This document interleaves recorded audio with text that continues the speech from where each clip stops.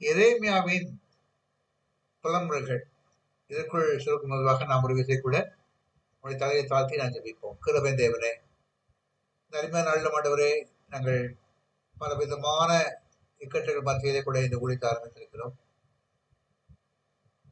கத்திரங்களோடு கூட இருந்து நடத்தி கொடுத்ததுக்கு நன்றி செலுத்துகிறோம். விசேஷமாக நாளில் கூட ஆண்டவரே, நாங்கள் இந்த மாதத்திலே புலம்பல் என்ற புத்தகம், இறைவியாரின் புலம்பல்கள், அது அந்த புத்தகத்தில் 5 அதிகாரம் உண்டப்பா. 5ஐயும் நாங்கள் தியானிக்கப் போகிறோம். அது மிகவும் வித்தியாசமான புஸ்தகமும் அநேகர் அதை புரிந்து கொள்ள கடினமாக இருக்கிற புத்தகமாக இருக்கிறபடியால் அதை நான் ஆராய்ந்து பார்க்க வேண்டும் என்று சொல்ல ஒரு வாஞ்சியோடு கூட அதை நாங்கள் எடுத்திருக்கிறோம். தேவ மனதின் கர்த்தாவே, இதை இதை தியானிக்கப் போகிற ஒவ்வொரு சகோதர சகோதரியும் கர்த்தர் விசேஷ அம்சம் திருப்பி ஆண்டவரே, கர்த்தர் என்ன காரியத்தை நாங்கள் அறிந்து கொள்ளும்படியாக இதை எங்களுக்கு வைத்து என்பதை அறிந்து கொண்டு, புரிந்து கொண்டு, உணர்ந்து கொண்டு கூட செய்து பதிவு சுவாமி ஆண்டவரே, தன்னுடைய ஒரு அறிமுகத்தை கொடுக்கும்படியாக வந்திருக்கிறார். அடிமைக்கும் கர்த்தர் விசேஷமான அபிஷேகத்தை கொடுத்து, நான் என்ன சொந்த வார்த்தைகள் அல்ல, கர்த்தருடைய நாமத்தை மகிமைப்படுத்தும்படியாய், எல்லோரும் புரிந்து கொள்ளும்படியாய், விசேஷமாக இந்த எரேமியாவின் இந்த புத்தகத்தின் ஊழியத்திலே பங்கு பெற அனைவரும் கட்டாயமாக இதன் ஆழ்ந்த கருத்துக்களை உணர்ந்து கூட பகிர்ந்து கொள்ளத்தக்கதாக கர்த்தர் ஆயத்தப்படும் ஜெபிக்கிறோம். நீதி பொறுப்படுத்திக் கொள்ளும், ஆசீர்வதியும். இயேசுவின் நம் ஜெபிக்கிறோம் பிதாவே, ஆமென்.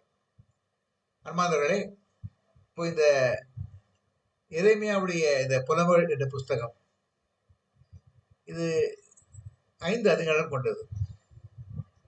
விசேஷமான விஷயம் என்ன சொன்னா, இது ஒரு கவிதை புத்தகம். எப்படி நமக்கு அந்த சங்கீதங்கள் கவிதை புத்தகம் இருக்கிறதோ, நீதிமொழிகள் சங்கீத புஸ்தகம் இருக்கிறதோ, உன்னத பாட்டு ஒரு சங்கீத புஸ்தகமோ, ஒரு பாடல் புஸ்தகமோ, அதே விதமாக இந்த எரேமியாவுடைய புலம்பல்கள் இதெல்லாம் சேர்ந்து ஒரு கவிதை. இந்த கவிதை நடையில முதல்ல அந்த கவிதை நடையுடைய அழகை பார்த்துருவோம். அதுக்கு பிறகு அதனுடைய அர்த்தங்கள் என்ன என்பதை நாம் ஆழ்ந்து சிந்திக்கலாம். பார்த்தீங்கன்னாக்கா, இந்த 5 அதிகாரங்கள்ல 1, 2, 4, 5 ஆகிய இந்த 4 அதிகாரங்களிலும் கூட மொத்தம் இருக்கிற வசனங்கள் 22 மாத்திரமே. 3ஆம் அதிகாரம் மாத்திரமே 66 வசனம் கொண்டிருக்கிறது சொல்லி பார்க்கிறோம். இப்போ இந்த ஒவ்வொரு வசனத்தையும் பார்த்தோம்னாக்கா, ஒவ்வொரு வசனமும் நீங்க திறந்து பாருங்க, கையில உங்களோட புஸ்தகம் திறந்து பாருங்க. ஒவ்வொரு அதிகாரமும் 3 வசனங்கள் தான் இருக்கும். 3 வசனங்கள் ஒரு கோர்வையாக இருக்கும். அந்த ஒவ்வொரு வசனமும் 3 வார்த்தைகள், 3 சென்டென்சஸ், வரிகள் இருக்கும் சொல்லி பார்க்கிறோம். எபிரேய மொழியில பார்த்தீங்கன்னாக்கா, இந்த 3 வரிகளும் எபிரேய மொழியின் அலேஃப் என்றால் முதலாவது, நம்ம ABCD சொல்றோம் இல்லையா, நம்ம 26 எழுத்துக்கள் நமக்கு இதுல இங்கிலீஷ்ல இருக்குது. இதுல 22 எழுத்துக்கள் மட்டும்தான் இருக்கும். 22 எழுத்துக்களையும் அவர்கள் முதல்ல பாத்தீங்கன்னாக்கா அலெஃப்ல ஆரம்பிச்சு பெத், அடுத்த சென்டென்ஸ் கெமெல் என்ற அந்த சீரீஸ், அலெஃப், பெத், கெமெல் என்ற 3 நம்மளுடைய ஏபிசி. இந்த ஏபிசி படியாகவே அந்த முதல் 3 எழுதப்பட்டிருக்கும். தொடர்ந்து 22ஆம் எழுத்து டவ். டவ் என்பது முடிவான எழுத்து, லாஸ்ட் எழுத்து. இந்த டவ்வோட முடிக்கும். பாத்தீங்கன்னாக்கா, உதாரணம் பாத்தீங்கன்னாக்கா, முதலாவது எடுத்துக்கொள்ளுங்க. அதுல முதல் 3 எழுத்துக்களும் எல்கா, எல்கா, எல்கா என்பது முதல் வரியினுடைய முதல் எழுத்து, அது அலெஃப். இரண்டாவது பிகாஃப் என்று போடப்பட்டிருக்கிறது. அந்த 2ஆம் வரி பெத் என்ற 2ஆம் எழுத்தின் படியாக இருக்கிறது. மூன்றாவது வந்து காலெட்டா. காலெட்டா என்றால் அதை எப்படி ஆரம்பிச்சு சொன்னாக்கா, நம்முடைய மூன்றாம் எழுத்து கேல் என்ற எழுத்து இருக்கிறது. இந்த 3 எழுத்து முடிந்த பிறகு கடைசி 22ஆம் எழுத்து பார்த்தீங்கன்னாக்கா டவுல ஆரம்பிக்குது. இப்படியாகவே அந்த 1, 2, 4 ஆகிய அந்த 3 அதிகாரங்கள் கூட பார்த்தீங்கன்னாக்கா இந்த சிஸ்டம் தான் இருக்கும். 22 வசனம் தான் இருக்கும். அந்த 22 வசனங்களையும் வந்து இவ்விதமாக தான் பிரிக்கப்பட்டிருக்கும். ஸோ அந்த ஒரு ஒரு கவிதை நயத்துல அது அழகா எழுதியிருக்காங்க பார்க்கிறோம். 3ஆம் அதிகாரம் பார்த்தீங்கன்னாக்கா அதுல 66 வசனம் இருக்கு. இதுல ஒரு இம்பார்ட்டன்ஸ் என்னன்னாக்கா, இந்த 3ஆம் அதிகாரத்துல ஒவ்வொரு வசனமும் ஒரே வரி கொண்டது. ஒரே வரி கொண்டது. ஆனா இந்த முதல் 3 வசனங்களை பாருங்க. அந்த 3 வசனங்களை வந்து ஆலிஃப் என்ற முதலிடத்தில் ஆரம்பிச்சு ஆலிஃப் என்று அந்த அதாவது அந்த ஏன்னு சொன்ன இல்லையா, அந்த ஏல இது ஆரம்பிக்கும். ஆரம்பிச்சு அந்த 3 வசனங்களும் வரிசையா வரும். 1, 2, 3 வசனங்கள் வந்து ஆலிஃப்ல ஆரம்பிச்சிருக்கும். 4, 5, 6 வசனங்கள் வந்து பெத்தில் ஆரம்பிக்கும். இந்த எக்ஸாம்பிள் நம்ம காட்டுறதுல பார்த்தீங்கன்னாக்கா முதல் 3ஆம் அதிகாரத்தில் முதல் வசனம் வந்து அனி ஆனி என்பது அலெஃப் ஆரம்பிக்குது. 2ஆம் வசனம் கூட ஓவிடி என்ற வசனமும் கூட அலெஃப் தான் ஆரம்பிக்குது. 3ஆம் வசனம் வந்து ஆக் என்ற வசனத்தை யூஸ் பண்றாங்க. அது வந்து அலெஃப் தான் ஆரம்பிக்குது. 4, 5, 6 பார்த்தீங்கன்னாக்கா பில்லா பானா பெமாகா என்று சொல்லி அந்த 3 வசனங்களும் பார்த்தீங்கன்னாக்கா பெத் என்ற 2வது வசனத்தின் வழியில் ஆரம்பிக்கிறது. இப்படியாகவே போயிட்டே இருக்கும். கடைசியாக 66ஆம் அதிகார வருஷத்துல 66, 64, 65, 66 இந்த 3 வசனம் பார்த்தீங்கன்னாக்கா அந்த 3 வசனங்களுமே டவ் என்ற அந்த 22வது எழுத்துக்கு புரிந்ததாக இருக்குன்னு சொல்லி பார்க்கிறோம். இப்படி ஒரு கவிதை, இந்த கவிதை நடையமாக அது எழுதப்படுகிறது. 4 அதிகாரமும் அதே மாதிரிதான். நம்ம 1, 2 எப்படி இருந்ததோ அதே மாதிரிதான், அதே பேட்டர்ன் தான் இருக்கும். அதாவது 3 வரிகள் ஒவ்வொரு வசனத்திலும் இருக்கும். ஒவ்வொரு வரியும் வந்து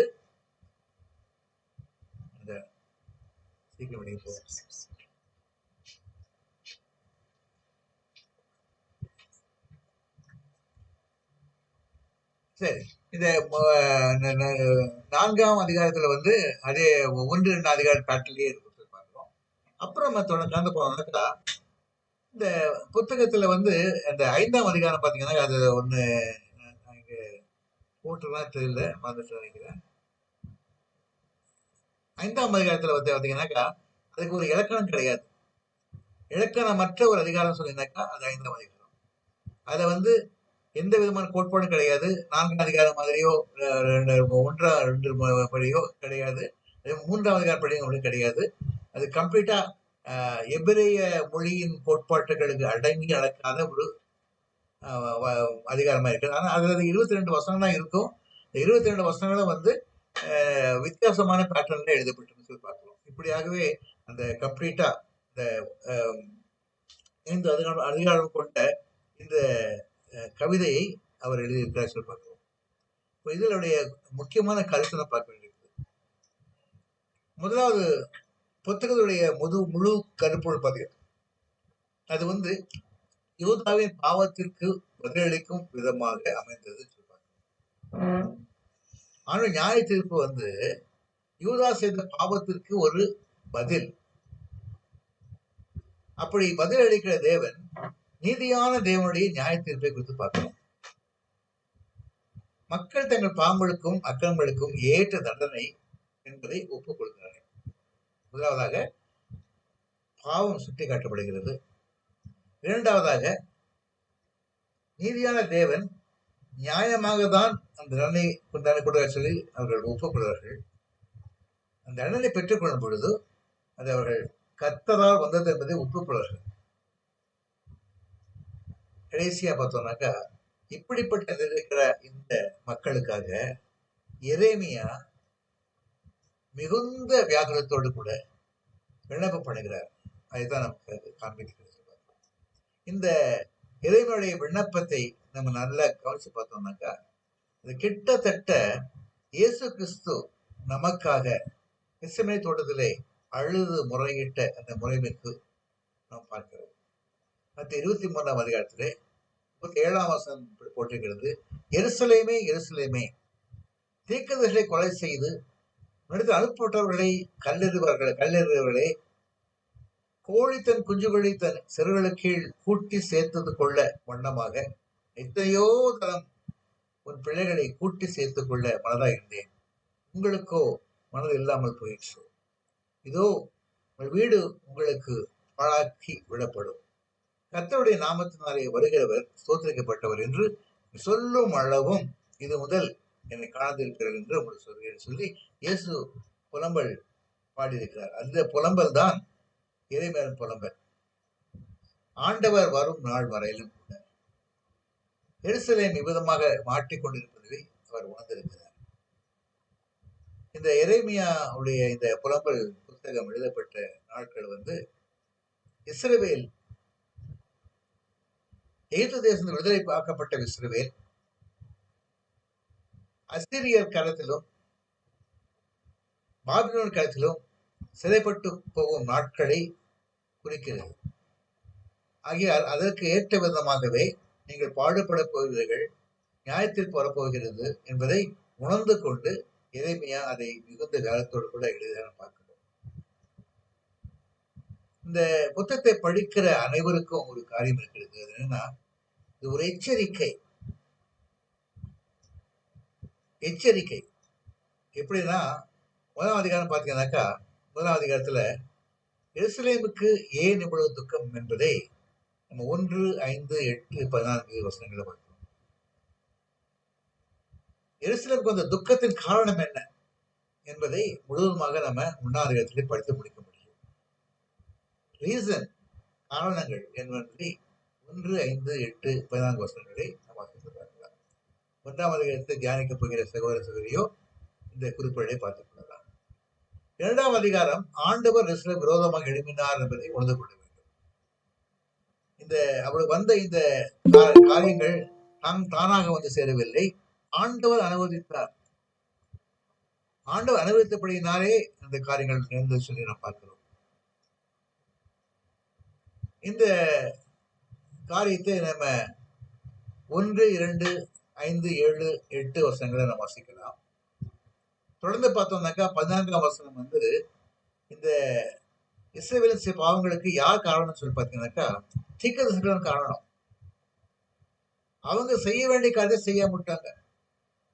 கள்ள தீர்க்கதரிசனம் உரைத்தார்கள், தீர்க்கதரிசிகளுடைய கடமையை செய்யாம விட்டார்கள். அதை 14ஆம் வசனத்தில் பார்க்கிறோம். 14ஆம் வசனம் அப்படி அவர்கள் செய்யா விட்டது நிமித்தமாக வந்த விளைவு என்ன என்று பார்க்கிறோம். 18, 19 வசனங்களிலே ஜனங்கள் இதற்காக என்ன செய்யணும், எதை எதிர்பார்க்க என்பதை அவர் வெளிப்படுத்துகிறார். அதை நான் வாசிக்க வேண்டியது. இது அடுத்த எச்சரிக்கை. 3ஆம் அதிகாரம் பார்த்தீங்கன்னாக்கா, சிலுவையை கண்ட புருஷனை குறித்து அதிகமாக பார்க்கிறோம்.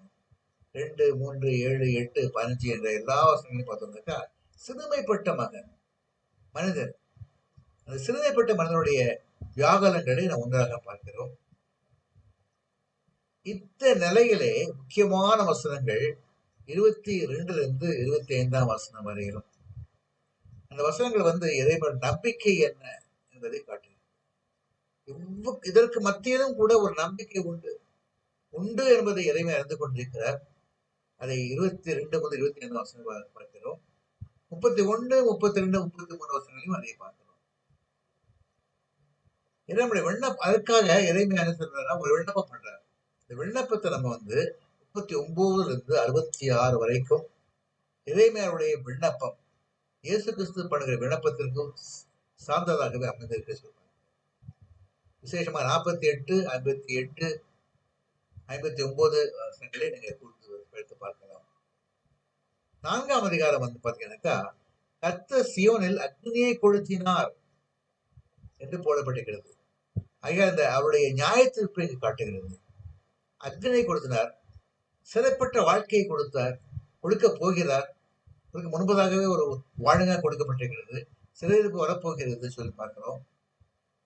இதுக்கெல்லாம் காரணம் என்னன்னாக்கா தீர்க்கதரிசியுடைய பாவம், ஆசாரியருடைய பாவம். அந்த பாவத்தை அவர் அதை வெளிப்படுத்துகிறார் சொல்லி பார்க்கிறோம். அடுத்தபடியா பார்த்தோம்னாக்கா 5ஆம் அதிகாரம் மனந்திரபணி ஜபம். அந்த அதிகாரம் முழுவதுமாக எப்படி கிறிஸ்துவின் பிள்ளைகள் மனந்திரும்ப வேண்டும் என்பதை அது குறிக்கிறது பார்க்கிறோம். இந்த முக்கியமான தியானம் என்னன்னு சொன்னாக்கா, நம்ம வந்து இந்த இதுல வந்து இஸ்ரேல் பற்றியும் சியோனை பற்றியும் அதிகமாக போடப்பட்டிருக்கிறது. நம்ம அப்படியே தியானத்துக்கு போனோம்னாக்கா நமக்கு பிரயோஜனம் கிடையாது. ஐயா நம்ம தியானத்துல என்ன செய்யணும்னாக்கா, எருசலேம் என்பது இன்றைய கிறிஸ்தவ சபையை குறிக்கிறது. சியோன் என்பது இன்றைய கிறிஸ்தவ சமுதாயத்தை குறிக்கிறது. கிறிஸ்டியன்ஸ் போடப்பட்ட கிறிஸ்தவ சமுதாயத்தை குறிக்கிறது. அநேக நேரங்களில் வந்து நம்ம அதை உணர்ந்து கொள்ளவே இல்லை. வேதத்தில் படிக்கும்போது எருசலேம் உடனே இம்மீடியட்டா யூதேயால இருக்கு பாக்குறோம். அது இஸ்ரேவேல்னு சொன்னா இம்மீடியட்டா வந்து இஸ்ரேவேல் நாட்டில் இருக்கிற மக்களை தான் பார்க்கிறோம். அது மிகவும் தவறான காரியம். வேதத்துல எங்கெல்லாம் இஸ்ரேவேல் போட்டிருக்கோ, இஸ்ரேவேல்னு சொன்னா முதல் யாக்கோபு என்ற பெயர் இருந்த மனிதன் கர்த்தர் மறுபெயர் கொடுத்திருக்கார் இஸ்ரேவேல் மறுபெயர். யாக்கோபு என்றால் தந்திரக்காரனாகவே யாக்கோபு இருந்தான். யாக்கோபு சந்ததி இருந்தது என்பது உண்மை. ஆனால் அந்த மக்களை கர்த்தர் மாற்றினார். எப்படி? இஸ்ரேலிடம் மாற்றினார். அதே விதமாக நீங்களும் நானும் தந்திரக்காரராகவே வாழ்ந்து கொண்டிருக்கிறோம். சிறு பிராயமாக கொண்டே இருதயத்திலே களங்கமுடவர்களாக தந்திரமாக வாழ்ந்து கொண்டு வந்திருக்கிறோம். நம்மை கர்த்தர் மாற்றிய பொழுது நாம் இஸ்ரவேலாக மாறுகிறோம். இஸ்ரவேல் சொன்னால் தேவபுத்திரர், தேவனுடைய புத்திரர். யார் அவரை ஏற்றுக்கொள்கிறார்களோ அவளுக்கு அவருடைய குமாரனாகும்படியாக, பிள்ளைகளாகும்படியாக, மகனும் ஆகும்படியாக கர்த்தர் அதிகாரம் கொடுத்திருக்கார். அந்த அதிகாரத்தை நீங்கள் நான் பெற்றுக் கொண்டிருக்கிறோம். ஆகையால் நம்ம தான் இஸ்ரவேல். எங்கெல்லாம் வேதத்துல வந்து இஸ்ரவேல் பற்றி போடப்பட்டிருக்கோ அங்கெல்லாம் வந்து இஸ்ரவேல் என்ற வார்த்தை நம்மை தான் குறிக்கிறது. அதே விதமாக எருசலேம் ஒண்ணு சொன்னாக்கா அது தேவனுடைய சபையை குறிக்கிறது. சோ அந்த ஆங்கிளையே நீங்க பார்த்துட்டு வந்தீங்கன்னாக்கா இந்த கம்ப்ளீட் புலம்பல் புஸ்தகம் வந்து ஒரு இஸ்ரவேல் தேசத்தையோ அங்க இருக்க மக்களையோ குறிப்பதில்லை. இன்றைய கிறிஸ்தவ சமுதாயத்தையும் இன்றைய கிறிஸ்தவ சபையும் குறிக்கிறது. அதை நல்லா மனசுல வச்சுக்கிட்டு அந்த ஆங்கிளையே நீங்க தியானம் பண்ணுங்க. கட்டாயமாக அதனுடைய உண்மையை நாங்கள் புரிந்து கொள்ள முடியும். ஸோ இதை நாம் அறிந்து கொள்ள வேண்டும். கிறிஸ்தவ சமுதாயத்திலே என்ன சீர்கள் வர வேண்டும் என்பதை நாம் உணர்ந்து கொள்ள வேண்டும். எப்படிப்பட்ட சிறைப்பு வந்திருக்கிறது? அவளுக்கு ஒருவேளை அசிரிய சிறைப்பு வந்திருக்கலாம், அவளுக்கு வந்து பாபிலோனிய சிறைப்பு வந்திருக்கலாம். ஆனால் நமக்கு என்ன சிறைப்பு? உலகத்திலே நமக்கு அநேக சிறைப்புகள் உண்டு. அதை உணர்ந்து கொள்ள வேண்டும், அதை புரிந்து கொள்ள வேண்டும். அவ்விதமாகவே இந்த புலம்பல் நம்ம நடத்துகிறது. இல்லையா? தயவு செய்து இதை தியானிக்க போகிற அந்த அன்பான சகோதரர்கள் யாருமே இதை மனதில் வைத்துக் கொண்டு தியானிங்கள். நீங்கள் தியானிக்கும் பொழுது இது இன்றைய சமுதாயத்தை எப்படி ஒவ்வொரு வருஷமும் குறிக்கிறது, இன்றைய சபையை எப்படி குறிக்கிறது என்பதை ஆழ்ந்து கவனித்து பார்த்து உணர்ந்து கொண்டு அதன் மூலமாக நீங்கள் கவனிப்பு சொன்னால் கட்டாயமாக இது வெற்றி நமக்கு பயனுள்ள அமைதி என்று பார்க்கிறோம். இதை நாங்கள் உணர்ந்து கொள்ளுங்கள், இதை கடைபிடிங்கள். கற்றுக்கொள்ள ஆசிரியப்பார். நாம் ஜெபிப்போம். கிருபை தேவனே, ஆண்டவரே, நாங்கள் புலம்பல் என்ற ஒரு புத்தகத்தின் தியானத்தை குறித்து பார்த்தோம். அது ஏதோ நிறைய பேர் ஆண்டவரே இந்த புலம்பல் புத்தகத்தை படிப்பார்கள், ஆனால் 1-2 வசனங்களை மாத்திரம் வாசிப்பார்கள். 3ஆம் அதிகாரத்தில் 22ஆம் வசனம், 24, 25, 26 இந்த 4 வசனங்களையும் 8ஆம் வாசத்தை சொந்தமாக்கிக் கொள்வாங்க, பக்கத்துன்னு சொல்லுவாங்க. அவ்வளவுதான். தவிர மற்ற வசனங்கள் எல்லாம் சாதாரணமா ஒரு பொழுதுபோக்க வாசிப்பவங்களை தவிர ஆழ்ந்து வாசிகள் கிடையாது. நாங்கள் அதை தியானிக்க போகிறோம். இந்த குழுவிலே நாங்கள் தியானிக்க போகிறோம். ஒவ்வொரு வசனமும் எவ்விதமாக எங்களுடைய வாழ்க்கையை சீர்படுத்துகிறது, எவ்விதமாக எங்களுடைய சபையை சீர்படுத்துகிறது, விதமாக அது எங்களுடைய சமுதாய சீர்படுத்துகிறது. நாங்கள் உணர்ந்து பார்த்து அதை அறிந்து கொள்ள புரிந்து கொள்ள தியானிக்க போய் அருமையான சகோதரர்களுக்காக அர்ப்பணிக்கிறோம், பொறுப்பெடுத்துக் கொள்ளும். யாரும் ஆண்டவரே இந்த புஸ்தகத்தை வாசிக்கிற வேளையிலே தியானத்தோடு வாசிக்க, அபிஷேகத்தோடு வாசிக்க, கர்த்தர் வெளிப்படுத்த வெளிப்பாட்டை பெற்றுக்கொண்டு வாசிக்கிறதை தந்து அது மூலமாக அந்த ஒவ்வொரு நாளும் ஒவ்வொரு பிரசங்க செய்தியாளரும் ஆண்டவரே கட்டாயமாக ஆண்டவரே அந்த பர்டிகுலர் சப்ஜெக்ட் எப்படி நம்முடைய சபைக்கு பொருந்துகிறது, அந்த பர்டிகுலர் வசனங்கள் எப்படி நம்முடைய சமுதாயத்துக்கு பொருந்துகிறது என்பதை உணர்ந்து கொண்டவர்களாக அதை பகிர்ந்து கொள்ளுகிறது தெரிவிக்க அது மூலமாக ஆண்டவரே உண்மையாகவே ஆண்டவரே உடைய வார்த்தை புரிந்து கொண்டு அறிந்து கொண்டு தெரிந்து கொண்டு பின்பற்ற விஷயம் அர்ப்பணிக்க பொறுப்பெற்றுக் கொண்டு ஆசீர்வாதம் வழிநடத்தும் இயேசுவை நாம் ஜெபம். ஆமென். பேரானந்தம் பொங்கி பாடுவே.